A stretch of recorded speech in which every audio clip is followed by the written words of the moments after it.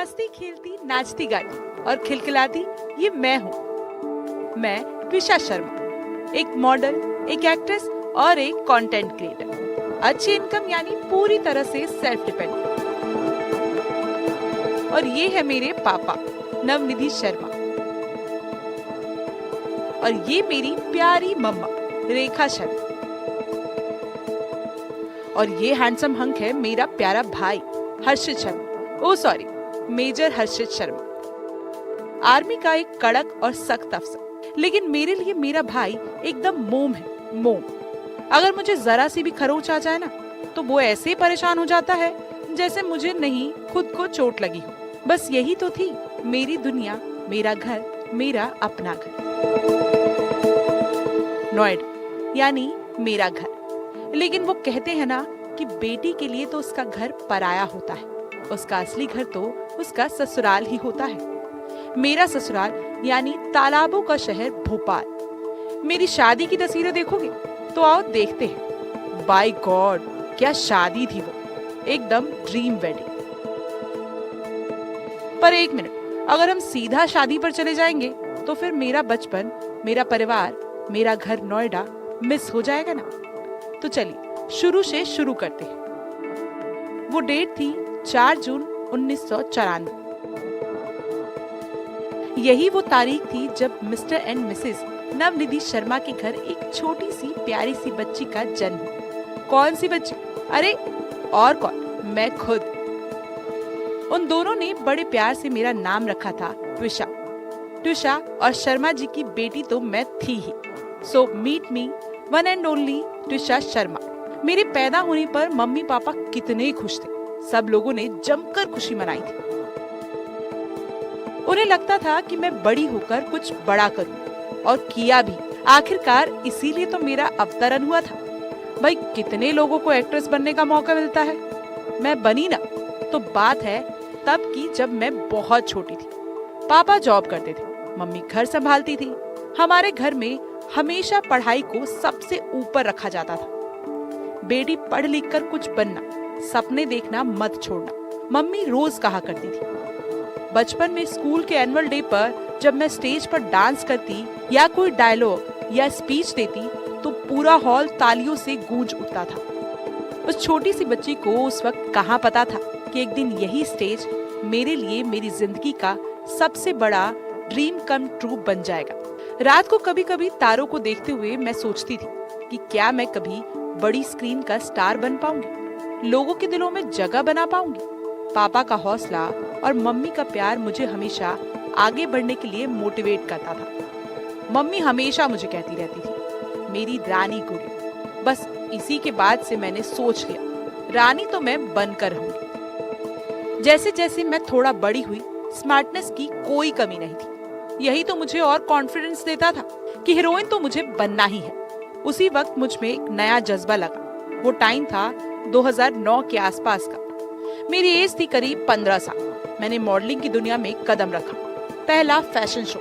Stage पर पैर रखते वक्त मेरे घुटने कांप रहे थे। कैमरे के सामने मुस्कुराना इतना आसान नहीं था जितना मैंने सोचा था। उस दिन पता चला कि कैमरा फोबिया क्या होता है। बाय गॉड, अलग ही स्ट्रगल था। अंदर से डर लग रहा था, क्या मैं अच्छी लग रही हूँ, लोग क्या सोचेंगे। पर मैंने कर दिखाया। कमाल का शो था वो, लेकिन ये इतना आसान भी कहा था। इस प्रोजेक्ट से पहले मुझे कई बार रिजेक्शन मिली। मैं तकिए में मुंह छिपाकर रोती थी, लेकिन मेरी फैमिली मुझे फिर उठ खड़ा होने की हिम्मत देती थी। ये तो कहानी हुई छोटे मोटे स्टेज शो की, लेकिन फिर आया एक बड़ा मौका। साल था 2012, मिस पुणे कॉन्टेस्ट। यानी मैंने ठान लिया, मुझे तो ये पेंडेंट जीतना ही है। कैसा लगेगा ना, मिस पुणे ट्विशा शर्मा। तो क्या मैंने उस कंपटीशन में पार्ट लिया? क्या मैं जीती? क्या मैं बनी मिस पुणे? रुकिए, सब बताऊंगी।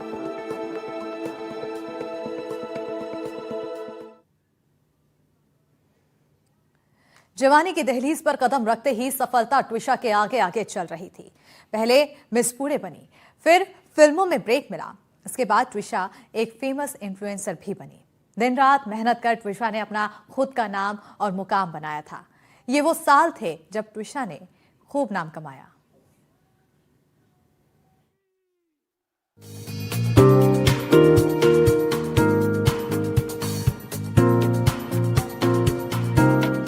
2012 मेरी लाइफ के लिए बहुत इम्पोर्टेंट साल था।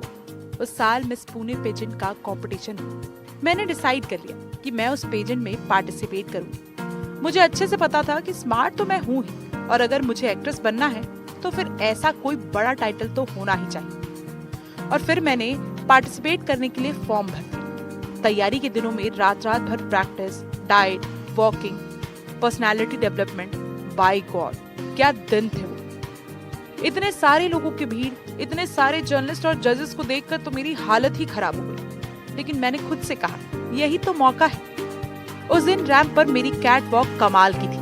जजेस का चेहरा देखते ही समझ गई थी कि शो तो मैं ही जीतूंगी। और गेस व्हाट, मैं ही जीती और मैं बन गई मिस पुणे ट्विशा शर्मा। जब फाइनल में मेरा नाम पुकारा गया और ताज सिर पर रखा गया तो मेरी आंखों से खुशी के आंसू बह निकले। वो पल मेरी जिंदगी का टर्निंग पॉइंट था। लगा जैसे सारी मेहनत, सारे आंसू रंग ला रहे हैं। उस दिन मैंने मन में ठान लिया कि अब मैं पीछे नहीं हटूंगी। मिस पुणे सिर्फ एक खिताब नहीं था, बल्कि मेरे आत्मविश्वास का नया जन्म था। उस दिन मानो मुझे पंख लग गए। मेरी मंजिल की तरफ मेरा पहला बड़ा कदम था। साथ में पढ़ाई भी चल रही थी। मिस पुणे का टाइटल जीतने के बाद भी मैंने पढ़ाई नहीं छोड़ी। पहले बीबीए किया, फिर एमबीए। मार्केटिंग और कम्युनिकेशन मेरा पैशन था। दिल्ली में DADB जर्मनी कंपनी ज्वाइन की और फिर शुरू हो गई वही टिपिकल ऑफिस वाली लाइफ। घर से ऑफिस और ऑफिस से घर वाली भागदौड़, मीटिंग्स, डेडलाइंस, दिल्ली का ट्रैफिक। सिर्फ DADB नहीं, मैंने शुरू में फ्लेवर पॉट प्रोडक्ट्स के साथ भी काम किया, लेकिन अंदर कुछ कमी महसूस होती थी। फिटनेस भी खराब होने लगी। मैंने खुद से कहा कि त्युषा क्या कर रही है तू? तभी मुझे योगा का ख्याल आया।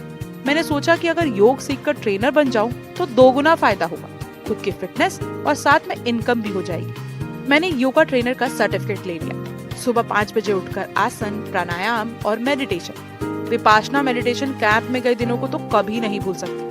वहाँ चुप्पी में बैठकर अपने आप से मिलना, वो अनुभव जीवन बदल देने वाला था। मैं खुद से कहती, त्रिशा तू अकेली नहीं है, ईश्वर तुझे देख रहा है। उन पलों ने मुझे संभाला, खासकर तब जब कॉर्पोरेट प्रेशर फुल हाई होता था। ऐसे ही टाइम निकल रहा था और यूं ही 6 साल बीत गए। हालांकि इस बीच मैंने छोटे मोटे कुछ प्रोजेक्ट्स किए, लेकिन फिर आया साल 2018। 2018 मेरे सपनों का साल था। लॉजिस्टिक फिल्म वाले एक शॉर्ट मूवी बना रहे थे। नाम था जरा संभल के। उसके लिए उन्हें कोई फ्रेश फेस चाहिए था, एक नई एक्ट्रेस।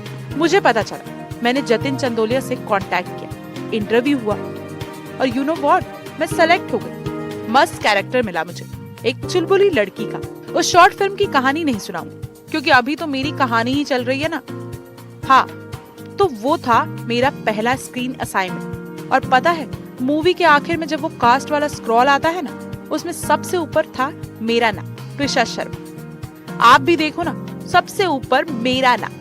जब फिल्म पूरी हुई और स्क्रीनिंग में खुद को देखा तो दिल में एक अनोखी खुशी उभरी। मैंने खुद से कहा, यस, मैंने कर दिखाया। मैं एक एक्ट्रेस बन गई। लोगों के पॉजिटिव मैसेजेस, दोस्तों की तारीफ और परिवार की खुशी, वो पल मेरी जिंदगी के सबसे यादगार पलों में से एक था। बस यहीं से मुझे लगा कि हो गया, अब तो मुझे कोई रोक नहीं सकता। भले ही ये शॉर्ट मूवी थी, लेकिन मैंने शुरुआत तो कर ही दी थी ना। इसके बाद मैं कुछ बड़े प्रोजेक्ट्स की तलाश में थी। तभी आया साल 2021। डायरेक्टर अभिलाष रेड्डी एक तेलुगु फिल्म बना रहे थे, मुग्गुरू मोनागल्लू। मैंने ऑडिशन दिया और मैं सेलेक्ट हो गई। वो एक तेलुगु कॉमेडी थ्रिलर फिल्म थी। मुझे दीक्षित शेट्टी और श्रीनिवास रेड्डी जैसे बड़े कलाकारों के साथ काम करने का मौका मिला। दक्षिण भारतीय सिनेमा की दुनिया बिल्कुल अलग थी। भाषा का डर, कल्चर का अंतर, लेकिन टीम का प्यार सब कुछ भुला देता था। सबने सपोर्ट किया मुझे। शूटिंग के दौरान थकान हो जाती थी। रात को एक बार होटल से मम्मी को फोन करके कहा, बहुत मुश्किल है। मम्मी कहती, बेटी तू कर सकती है। फिल्म में मेरे रोल में कॉमेडी और सस्पेंस दोनों थे। जब फिल्म रिलीज हुई और ऑडियंस ने तालियां बजाई तो लगा सारे दर्द मिट गए। वो सफलता सिर्फ प्रोफेशनल नहीं, बल्कि बहुत भावुक कर देने वाली थी। मुग्गुरू मोनागल्लू के बाद मैंने डिजिटल दुनिया में कदम रखा। इंस्टाग्राम और यूट्यूब पर योग tips, lifestyle video, motivational stories शुरू की। जब कोई फॉलोअर लिखता, दीदी आपकी वजह से मैंने डिप्रेशन से लड़ना सीखा, तो मेरी आंखें नम हो जाती। लेकिन संघर्ष भी कम नहीं थे। कई प्रोजेक्ट्स रुक गए, रिजेक्शन आए, कभी आत्मविश्वास डगमगाता। रातों को अकेले बैठकर सोचती, क्या मैं सही कर रही हूँ? लेकिन योग और परिवार का साथ मुझे हर बार उठाता। मैंने सीखा कि सफलता रातों रात नहीं आती, बल्कि रोज की छोटी छोटी मेहनत से बनती है। लाइफ ऐसे ही चल रही थी। शादी की एज हो गई थी, घर से शादी का प्रेशर बनाना शुरू हो गया था। मैंने भी सोचा, कब तक टालती रहूंगी, घर तो बसाना ही है। और फिर आया साल 2024। मेरी जिंदगी में एक ऐसा शख्स आने वाला था जो बाय गॉड मेरी लाइफ बदल देने वाला था। सच्ची कह रही हूँ, हमेशा हमेशा के लिए। कौन था वो आगे बताऊंगी आपको।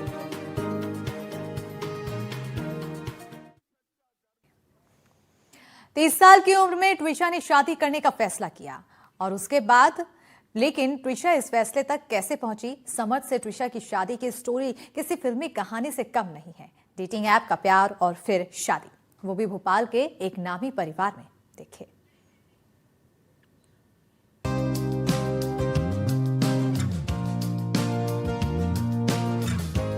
लाइफ वैसे सही चल रही थी, लेकिन कब तक बैचलर रहती। मुझे मेरे राजकुमार का इंतजार था और फिर मुझे मिला मेरा हीरो। साल 2024 मेरे जीवन का सबसे खूबसूरत ट्विस्ट था। एक डेटिंग ऐप पर मुझे मिले समर्थ से। तालाबों के शहर भोपाल के रहने वाले, पेशे से वकील और एक रिटायर्ड डिस्ट्रिक्ट जज के बेटे।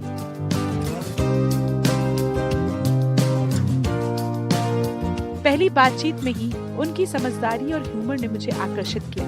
धीरे धीरे बातें बढ़ी, घंटों फोन पर बातें, वीडियो कॉल्स, फिर दिल्ली भोपाल की मुलाकातें। जब उन्होंने मुझे पहली बार कहा, ट्विशा तुम्हारे बिना जीवन अधूरा लगता है, तो मेरे दिल में एक तूफान आया। बस तभी हम दोनों ने ठान लिया, अब एक होने का वक्त आ गया है। दोनों परिवार मिले, सबको वो पसंद आया। उनका शांत स्वभाव मेरे घर में सबको अच्छा लगा। शुरुआत में थोड़ी दिक्कत हुई, पर मेरे प्यार के आगे परिवार मान गया।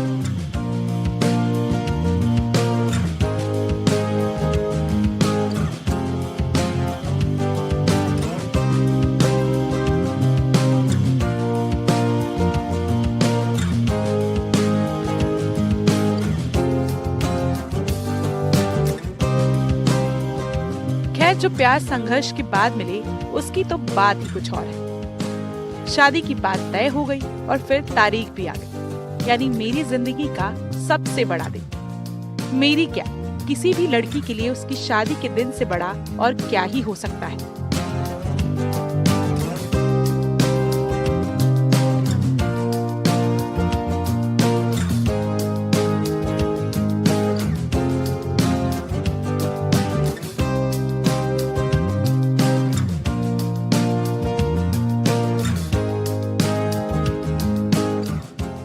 दिसंबर 2025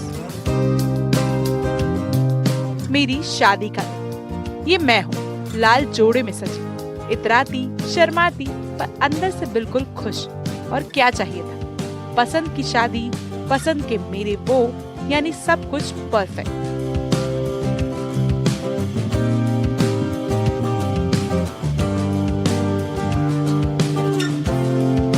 लाल लहंगे में तैयार होकर जब मैं मंडप की ओर जा रही थी, तो दिल में हजारों भावनाएं उमड़ रही थी। उम्मीद, प्यार, थोड़ा सा डर और ढेर सारी खुशी।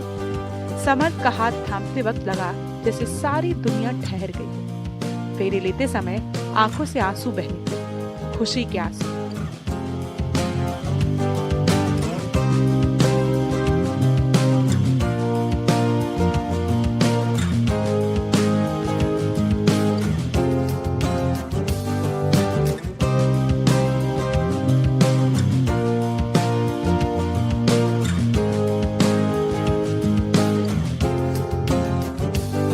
ये वाली वीडियो देखो तो, हरे कलर की ड्रेस में कितनी सुंदर लग रही थी मैं।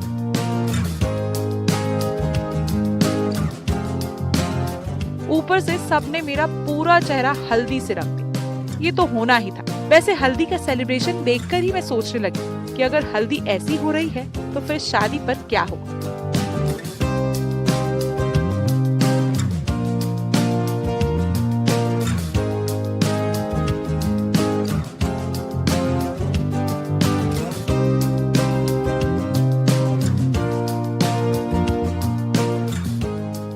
जरा ये वाली वीडियो देखो। सब कितने खुश दिखाई दे रहे हैं, मेरे पापा, मेरी मम्मी और मेरा भाई। मैंने भी उस दिन जमकर डांस किया था।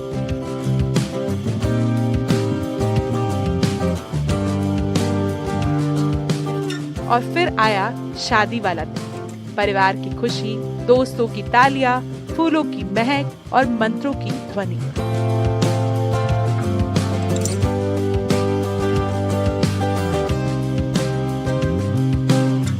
वो दिन मेरी जिंदगी का सबसे प्यारा पल था। समर्थ ने वादा किया था, हम दोनों मिलकर सपने पूरे करेंगे।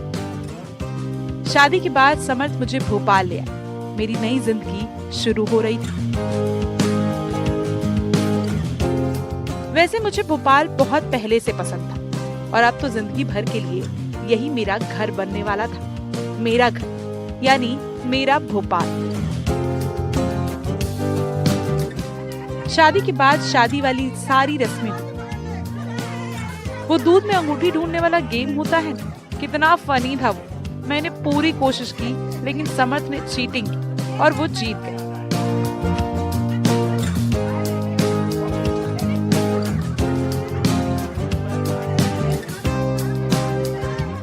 धोखेबाज कहीं। शादी के बाद तय हुआ कि हम लोग हनीमून के लिए वियतनाम जाएंगे। डेट भी पहले से तय थी, लेकिन उस दिन कुछ ऐसा हुआ जिसने मुझे सोचने पर मजबूर कर दिया कि क्या मैंने समर्थ से शादी करके कोई गलती तो नहीं कर दी। दरअसल वियतनाम के लिए जो टिकट हमने बुक कराई थी, मैं उसकी टाइमिंग को लेकर कंफ्यूज हो गई। और फिर जब तक मुझे एहसास हुआ हम लेट हो चुके थे। भागते दौड़ते हम एयरपोर्ट पहुंचे, लेकिन तब तक हमारी फ्लाइट जा चुकी थी। मैं जानती थी कि मुझसे बहुत बड़ी भूल हो गई। मैं जानती थी कि अब तो समर्थ मुझे बहुत डांटेगा, लेकिन उस दिन मैंने समर्थ का गुस्सा देखा, पागलपन देखा। समर्थ ने मुझे भरे एयरपोर्ट पर धक्का दिया, इतनी जोर से कि मैं पूरी तरह से हिल गई। शायद वो मेरे लिए इस रिश्ते में पहला और सबसे बड़ा रेड फ्लैग था। मैं ऐसा क्यों कह रही हूँ, आगे बताऊंगी आपको। इसके बाद की कहानी बिल्कुल अलग है, बेहद दुखद और दर्दनाक।